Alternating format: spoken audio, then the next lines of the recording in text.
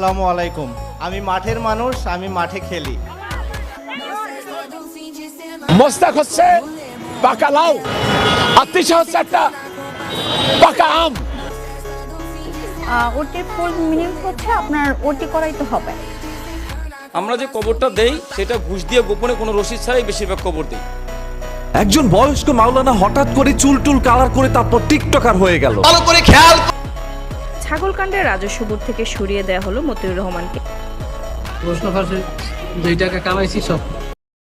This is new Bangladesh. This is tasty Bangladesh. মুরব্বি মুরব্বি